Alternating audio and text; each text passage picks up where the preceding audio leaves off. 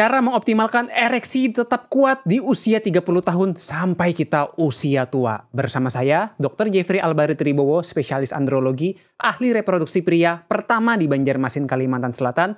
Bersama teman saya, Om Ben. Om Ben. Pak Ben aja deh. Pak Ben. Ya sudah Pak tua Ben, soalnya. usianya berapa sekarang?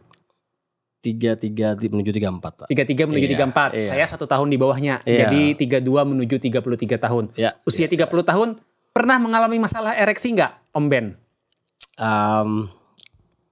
Masalah ereksi itu maksudnya kayak gimana? Jadi Pak? misalnya nih saat berhubungan dengan istri, tiba-tiba kok ada gangguan, susah keras, atau gimana, intinya kesulitan lah, nggak kayak biasanya kayak usia muda gitu.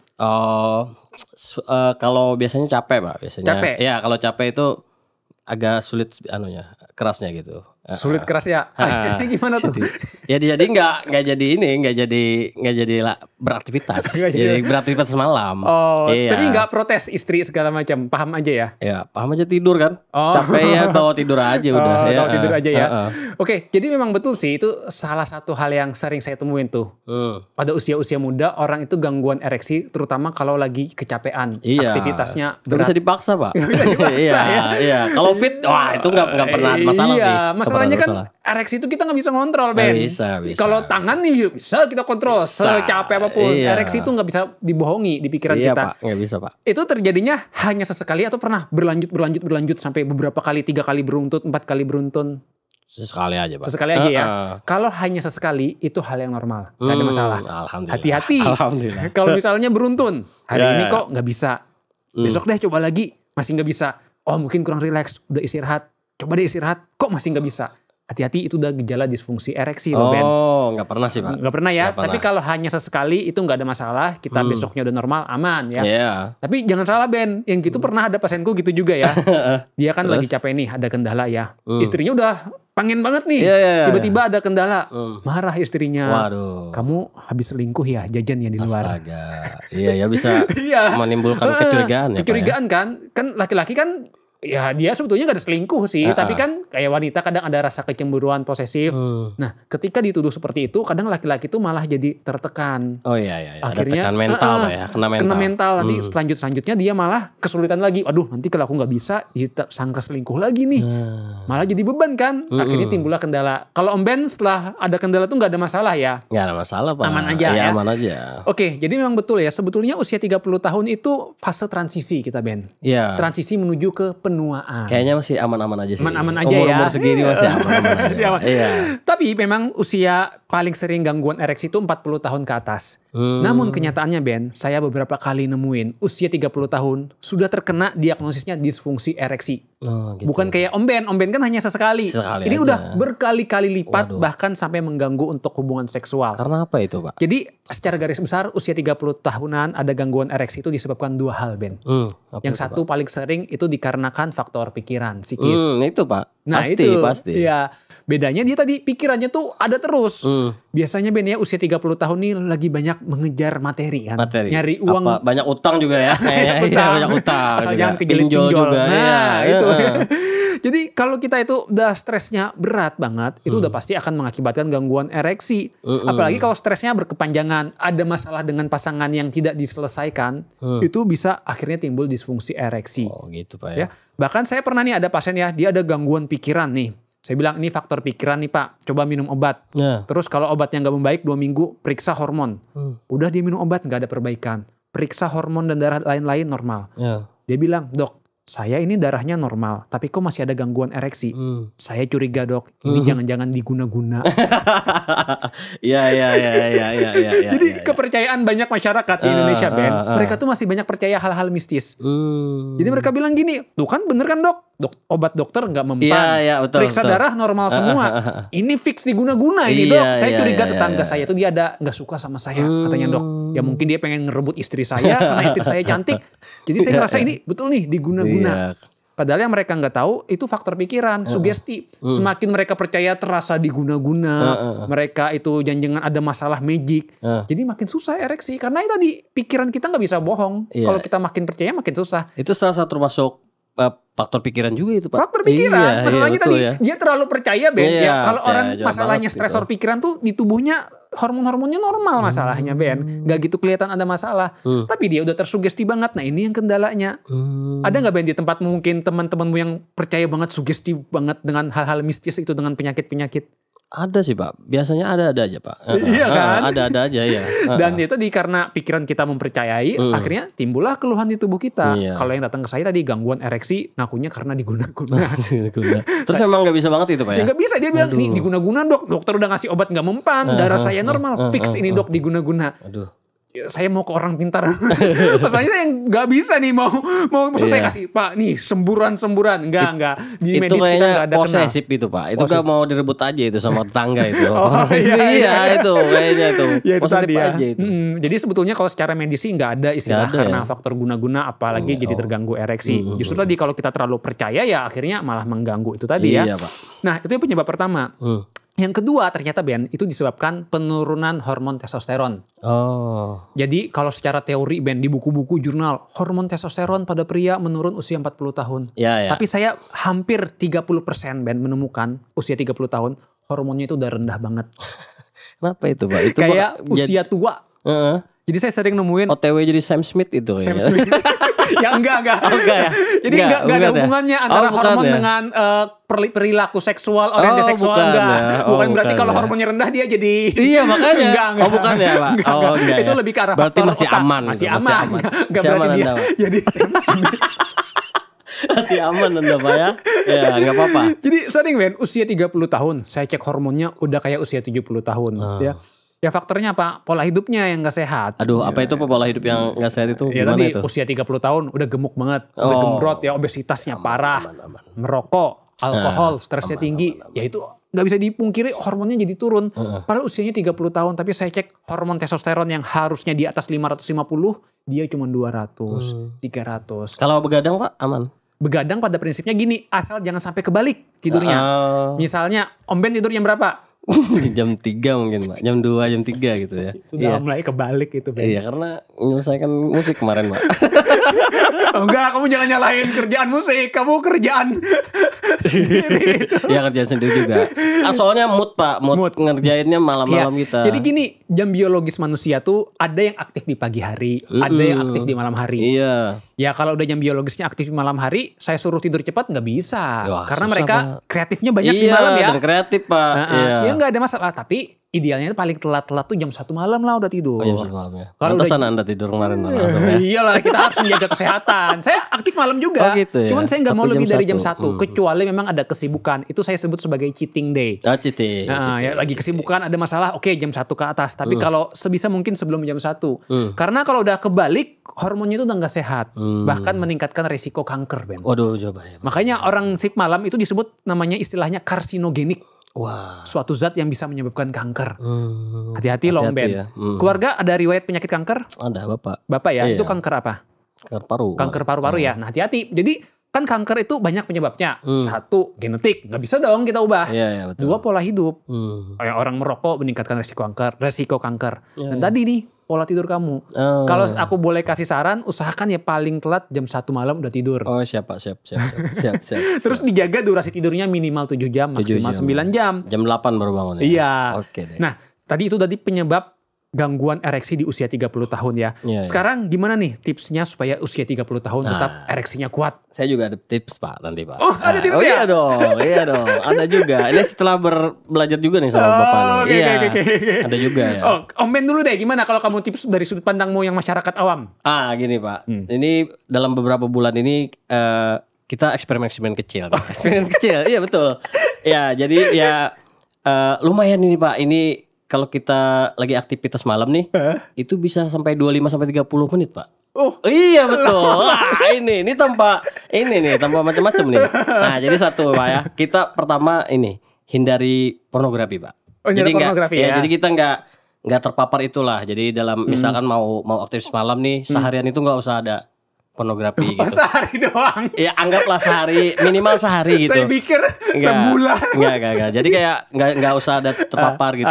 Kenapa? Kalau kita terpapar itu Pak, jadi total Pak. Nah, kalau Entut brutal jadinya. Jadi nggak bisa ritmenya nggak bisa dikontrol. oh, jadi makin engas. Jadi makin engas. Jadi kalau nggak kena pornografi atau apa, jadi aman. Jadi bisa ngatur ritme dan segala macam. Oke. Itu satu, Pak. Nah, Yang kedua ini, Pak, jangan kencing dulu, Pak, sebelum aktivitas. Iya, itu terbukti tuh saya tuh. Kalau di saya tuh jangan kencing dulu. Soalnya kalau kita kencing dulu itu kayak lemah, Pak, kayak biasa aja, kayak cepet banget itu keluarnya gitu, Pak, nggak keras gitu. Jadi kalau kencing itu kayak keras gitu aja, Pak, kalau nggak kencing itu. Nah ini terbukti di saya nih ya, terbukti di saya ini. Kita bahas satu dulu ya. Yang pertama memang faktor pornografi itu tiap orang beda-beda ya. Memang ada orang yang kalau dia udah kebiasaan nonton film porno segala macam itu mempengaruhi ke seksualnya jadi kurang optimal. Itu memang ada yang pengaruh seperti itu ya. Sebagai contoh ada yang jadi total. Jadi nonton film porno susah ngontrol. Itu bisa jadi salah satu faktornya. Ya kayak sama kayak orang gini, Ben. Lama nggak berhubungan seksual dengan istri. Nah, itu ketika ketemu kan gairahnya tinggi, memuncak. Biasanya cepat keluar gitu ya, Ben ya. Pak. Iya, jadi brutal lah pokoknya, Pak. Iya, bahaya itu. Iya, jadi kita santai-santai aja. Santai-santai. Itu yang pengaruh ya, faktor pikiran. Kita bisa mengendalikan pikiran, menjaga. Itu akan jadi lebih lama pastinya. Ternyata pengaruh juga itu. Pengaruh itu ya. Tapi kalau jangan kencing ini. Tapi bener, Pak, kenapa ya kalau aku kencing duluan itu agak anus, Pak, agak lemah, gak biasa itu. Iya, kalau enggak itu wah keras itu sampai. Tapi kamu kalau misalnya nih saat berhubungan kebelet gimana? Jadi kayak enggak kebelet, Pak. Oh, enggak kebelet ya. Iya, jadi kayak mungkin selangnya berubah atau gimana gitu ya. Jadi enggak kebelet lagi gitu. Oke, tapi ya hati-hati aja, jangan sampai yang malah kita lagi kebelet ditahan juga. Itu, iya, nanti malah juga kencing di dalam lagi jadi infeksi istri. Itu perempuan. Oh iya. Laki-laki namanya ejakulasi. Oh iya. Iya, salah ya. Tapi menarik, kita bahas dikit ya tentang masalah squirting nih. Tadi Eben nyebutkan. Jadi kan squirting itu adalah keluarnya pancaran cairan pada wanita. Oh iya. Ya. Banyak yang menganggap ini tanda orgasme pada wanita. Faktanya sebetulnya adalah tidak semua wanita saat orgasme itu mengalami squirting sebetulnya. Nggak semua wanita. Jadi ada wanita yang saat orgasme dia ngerasain kayak plong di kepalanya, tapi nggak ada yang terjadi ejakulasi. Itu hal yang normal. Nah ini sering menimbulkan orang-orang protes ke pasangannya. Dok, enggak gini ya. Istri saya nggak orgasme nih, nggak puas. Dia nggak ada squirting. Iya. Karena dia standarnya film pornografi. Iya standarnya, bahanya bahaya itu. Padahal komunikasikan dengan istri. Apakah dia udah puas apa enggak saat berhubungan seksual. Kalau dia ngerasakan ada semacam kepuasan, ada rasa plong di kepala, itu udah tanda orgasme. Kayak laki-laki, kalau kita ejakulasi, betul ada yang keluar. Tapi ngerasa nggak, Ben, di otak kita ada yang plong? Iya pasti plong. Kayak rasa kenikmatan duniawi kan. Nah sama di wanita juga ada kenikmatan itu saat orgasme. Jadi nggak mesti harus dia squirting. Beda kalau laki-laki pasti ejakulasi. Pasti keluar ya. Pasti ada yang keluar gitu ya. Maksudnya masalah-masalah keluar. Masalah-masalah keluar. Nah itu tadi kita kembali lagi ke topik ya, memperbaiki pola hidup sehat, Ben. Jadi aku tuh kan, Ben ya, sering ada pasien-pasien usia 70 tahun, Ben. Saya kan selalu saya periksa hormonnya kalau udah usia tua ya. Saya kaget, usia 70 tahun beberapa kali saya nemuin ada yang hormon testosteronnya kayak orang usia 20-an. Wah. Bahkan di atas hormon testosteron saya. Saya kan juga cek ya, normal nih. Orang usia 70 tahun di atas nilai saya. Kakek Sugiono ini kayaknya. Kakek Sugiono ini kayaknya. Padahal dia gak pernah konsumsi suplemen peningkat testosteron. Tapi rupanya rahasianya adalah mereka semua itu melakukan olahraga rutin sejak usia muda. Tiap hari ya? Iya, gak tiap hari sih, teratur. Seminggu 2-3 kali. Rata-rata olahraganya apa itu? Kardio atau macam-macam. Ada yang dia tuh rutin tenis, ada yang rutin berenang, ada yang nge-gym ya. Dan mereka tanpa suplemen hormon testosteronnya ada yang sampai 700 di atas nilai saya. Mantap ya. Bagus banget. Dan mereka selalu kuncinya sama, dilakukannya sejak masih muda. Nah itu tadi kuncinya adalah kalau memang mau hormon kita optimal dan bisa ereksi kuat, olahraga jawabannya. Oh ya, harus olahraga. Memang usia 70 tahun meskipun hormonnya normal, mereka mengalami gangguan ereksi. Tapi itu ternyata disebabkan karena faktor masalah pembuluh darahnya, Ben. Jadi mereka ada masalah tensi tinggi misalnya, ada masalah gula tidak terkontrol segala macam. Tapi hormonnya normal. Hormonnya bagus ya. Nah makanya mereka timbulnya di usia 70 tahun. Kalau mereka nggak olahraga, mungkin udah gangguannya di usia 40-50. Nah kuncinya adalah olahraga. Om Ben rajin olahraga nggak? Jujur kepada saya. Olahraga malam sih Pak. Olahraga malam. Iya. Oke. Baru-baru aja sih Pak kita ngangkat barbel 2 kilo. Berapa kilo? 2 kilo kamu. Itu itu perempuan atau apa? Hah? Iya kan adanya 2 kilo di rumah buat si istri. Galon ada nggak? Hah? Ada. Nah, galon tuh berapa kilo tuh? Ya, kan bisa dipakai galon. Galon 2 kilo juga kan? Enggak, galon tuh berapa 1,8 kilo? ya, Iya, 1,8 liter ya. 5 apa 10? Iya. 18, Gitar kan 18. ada sama hardcase tuh. Kotak Iya, gitar tuh iya. berapa kilo? Iya. Itu udah bisa buat Kita angkat olahraga. galon terus Pak, beli galon terus kita. Iya, itu aktivitas fisik. Ada Beda fisik kan ya, kalau olahraga betul ya. tuh harus terukur dan teratur. Oh gitu. 150 menit per minggu. Ya udah, Nggak bisa cuma aktivitas fisik Nanti ya. beli 10 kilo deh. Beli 10 kilo deh. Jadi ya tadi Ben, kalau saya juga dulu malas olahraga, rajin olahraganya baru 2-3 tahun belakangan ini. Ya tadi karena saya ingin menjaga kesehatan dan ngelihat kalau orang-orang tua tuh pengaruh banget olahraga. Iya, pantasan nih sedikit-sedikit flu Pak, sedikit-sedikit batuk. Itu. Iya. Aduh. Kalau kita olahraga tuh imunnya kuat. Aku dulu penyakitan Ben.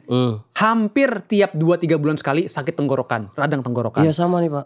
Saya dari SMA selalu seperti itu. Tenggorokan merah, minum antibiotik. Selalu seperti itu, 2-3 bulan sekali. Sekarang setelah rajin olahraga seminggu 2 kali, mungkin setahun cuma 1-2 kali. Jarang banget. Iya. Waduh. Jadi bahkan saya nggak pernah minum antibiotik lagi karena sakit 1-2 hari, pilek biasa hilang. Vitamin kita udah minum Vitamin? terus Pak. Minum terus juga nih. Vitamin apa kamu minum? Vitamin D itu. Vitamin D ya. Rutin nggak? Ya rutin nih Pak. Setiap juga. hari ya. Oke, nggak ada masalah ya. Yang penting kita jaga nilai normal. Tapi kan kesehatan ada banyak faktor, nggak iya hanya sih. vitamin. Iya sih, kayaknya begadang ini tadi Iya. sih. Aduh. Tapi aku ada tips Ben supaya kamu rajin olahraga. Apa tuh? Jawabannya itu adalah dari pengaruh lingkungan. Oke. Ya, kita punya lingkungan orang-orang yang rajin olahraga juga. Istri olahraga terus tuh Pak. Nah, jadi aku pernah lihat ya, istri Om Ben tiba-tiba kaget ngevideoin. Tumben-tumben Om Ben olahraga. Iya betul. Iya sih. Kenapa Om Ben rajin olahraga? Karena pada fase itu Om Ben sedang menjadi editor video saya. Di situ videonya saya selalu bilang olahraga teratur, betul. lari ini. Iya sih. Betulan olahraga nggak di situ? Betul olahraga langsung. Iya kan? Iya. Setelah berhenti jadi video editor nggak olahraga Iya lagi. kan? Iya. Jadi emang betul Ben, lingkungan Ben. Ya tadi kalau kita dikelilingi oleh orang-orang yang rajin olahraga, kita akan rajin olahraga. Ya saya lingkungan saya terus terang gak banyak yang olahraga. Iya. Tapi saya ngeliat pasien-pasien saya selalu menimbulkan pain. Aduh kalau saya gak olahraga nanti timbul keluhan seperti ini. Ada penyakit ini. Saya tuh suka Ben dengerin podcast-podcast orang yang sakit. Waduh. Jadi ada di podcast tuh ya, dia ngundang misalnya ada orang yang sakit ginjal. Ada orang yang penyakit-penyakit tertentu. Jadi saya dengerin apa sih cerita-ceritanya dia, pemicunya dia. Dan dia rata-rata nyesel. Dok, saya dulu gak rajin olahraga segala macam. Nah saya... Oke, saya harus menghindari nih penyakit ini dengan rajin olahraga. Memotivasi lah diri saya sendiri. Jadi lingkungan itu penting. Nih contoh simpelnya aja Ben. Saya itu dulu suka banget minum es teh manis. Gula-gula selalu. Ya. Baru di 2 tahun 3 tahun belakangan ini saya stop gula total. Ya masih ada sih, cuman udah stop total. Saya nggak mau minum es teh manis. Selalu tawar dan air putih. Sama Pak. Kue-kue yang manis udah saya hindarin banget ya. Intinya yang gula tinggi saya hindarin. Makanan kalau saya beli saya lihat dulu kandungan gulanya berapa gram nih. Oh ini tinggi banget nih, 15-20 gram. Nggak mau. Kopi sebisa mungkin yang tanpa gula. Penyebabnya tau nggak apa yang membuat saya berpindah gitu? Apa itu Pak? Gara-gara saya suka dengerin podcast yang menghadirkan orang-orang edukator pangan. Masalah gizi. Itu bagus-bagus banget tuh. Saya suka di Instagram ada Dr. Felix namanya ya. Dia tuh share tentang makanan. Terus ada juga apa tuh Kalau Indomaret itu ya? Ya ada juga tuh yang ahli pangan gitu dia. Ini gulanya segini. Terus ada influencer Bobby Ida gitu ya. Dia bagus tuh. Kamu masih minum gula, ini gulanya segini. Itu yang bikin saya Ben, jadi akhirnya berhenti konsumsi gula. Karena saya dengerin podcastnya, nonton videonya, pengaruh banget. Di situ dia bilang gula tinggi itu sumber penyakit segala macam. Saya tahu, cuman ketika saya terpapar itu rutin, akhirnya saya stop gula total. Dan ketika stop gula total tuh kerasa lebih enak banget ya. Dan kalau makan manis langsung manis banget gitu ya. Iya betul, setuju. Ya. Aku juga Pak soalnya. Kalau Om Ben kenapa bisa berhenti gula? Enak aja Pak minum yang tawar-tawar gitu. Tapi kan pasti ada titiknya, transisinya. Dulu suka gula kan? Iya dulu suka. Apa transisinya, fasenya jadi berpindah?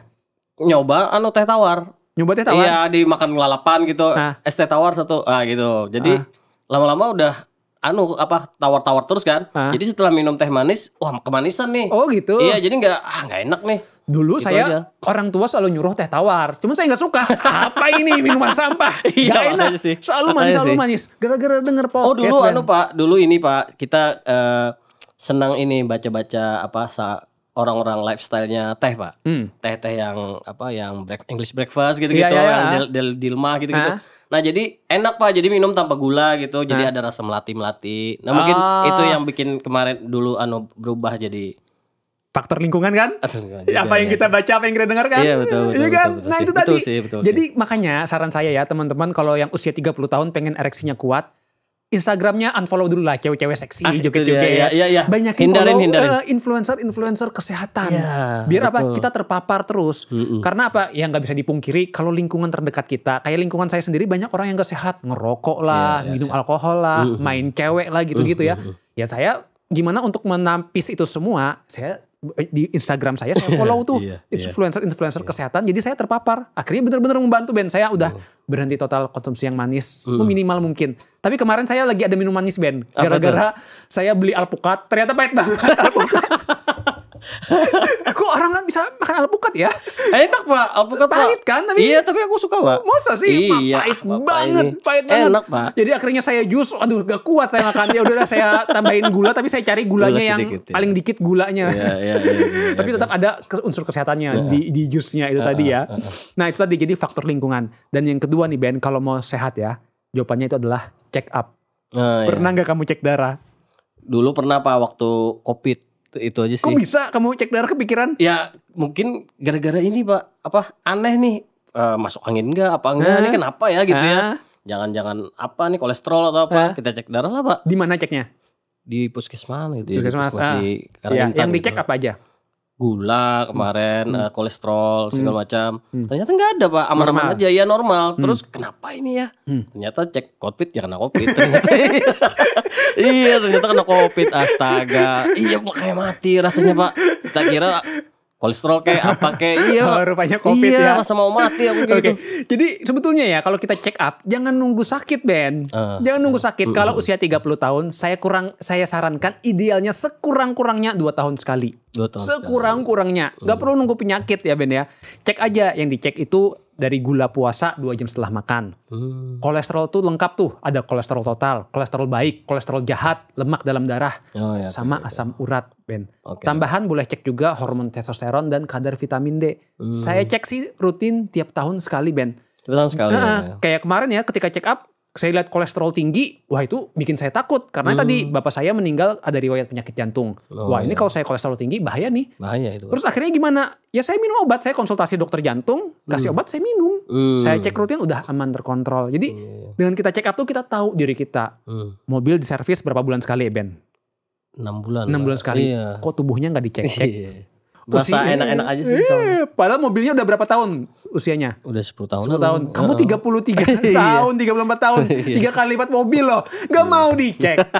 Ya kalau, nah tips tambahan. Tentu kalau yang gratis bisa di puskesmas ya. BPJS. Tapi kalau ada anggaran lebih, coba cek yang di lab khusus yang ngambil darah di lengan. Itu lebih akurat.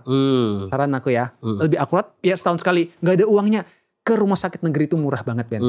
Kemarin ya murah-murah aja sih. Iya, di rumah sakit negeri itu kita cek lab, bilang aja medical check up, itu murahnya murah banget. Paling murah. Jadi di terdekat itu bisa. Kemarin tuh saya baru medical check up ulang karena kemarin saya menderita penyakit jantung. Percaya nggak kamu? Jadi, ini Pak ya. Jadi kan saya bangun kaget kok berdebar jantungnya. Iya. Oh mungkin jatuh cinta apa, belum Pak ya. Belum ya, jatuh cinta belum itu kayaknya. Iya betul. Berdebar. Mungkin kurang istirahat apa? Semingguan Ben. Berdebar terus ya. Saya akhirnya check up tuh. Cek darah segala macam. Normal. Saya kirim ke dokter jantung waktu itu ya. Ini hasilnya dok.